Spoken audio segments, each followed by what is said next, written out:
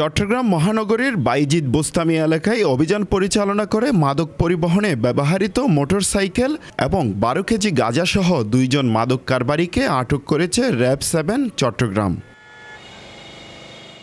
র‍্যাব-7 গোপন সংবাদে জানতে পারে চট্টগ্রাম মহানগরীর বাইজিদ বোস্তামি থানাধীন অক্সিজেন মোড় এলাকায় মাদকদ্রব্য গাঁজা বিক্রয়ের জন্য মাদক ব্যবসায়ীরা অবস্থান করছে।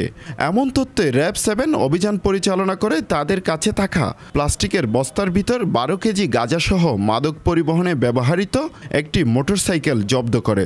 উদ্ধারকৃত এসব মাদকদ্রব্যের আনুমানিক মূল্য 1,80,000 টাকা।